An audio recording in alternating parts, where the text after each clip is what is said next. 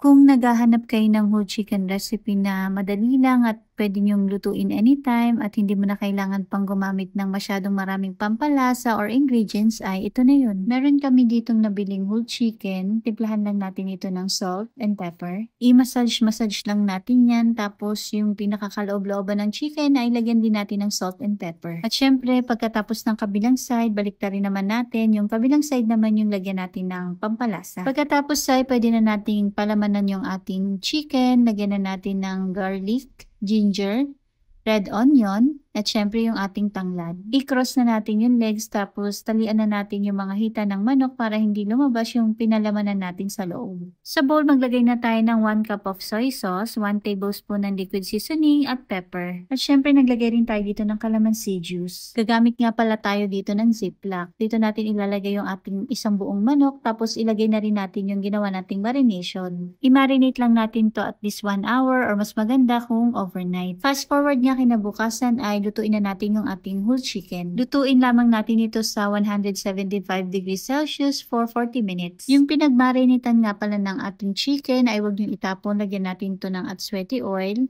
Tapos ito yung ating gagawing pamahid sa ating nilulutong manok. Every 15 minutes ay baliktarin natin ito tapos pahiran ulit natin. Fast forward nga after 1 hour ay luto na yung ating whole chicken. O diba, ganun lang kadali. Ba't ka pa bibili sa labas kung pwede ka naman magluto sa bahay? Kaya kung naghahanap ka ng whole chicken recipe na hindi mo na kailangan pang gumamit ng masyadong maraming ingredients o pampalasa ay try mo na rin tong recipe na to. After ng maluto ay tinanggal namin yung nakatali sa hita ng manok at yung tanglad. Perfect nga yung pagkakaluto at yung kulay ng ating chicken. Itsura pa lang nakakatakam na. Alam ko natakam ka rin kaya ano pang hinihintay mo, i-try mo na rin tong recipe na to. O kaya ay tag mo na rin yung taong gusto mong magluto nito para sa'yo. Kung kayo ang papipiliin, anong mas bet nyong sausawan? Pwede nyo itong sausaw sa sarsa or sa gravy or pwede rin kayong gumawa ng sausawan na toyo na may kalamansi at sili. Yun lang.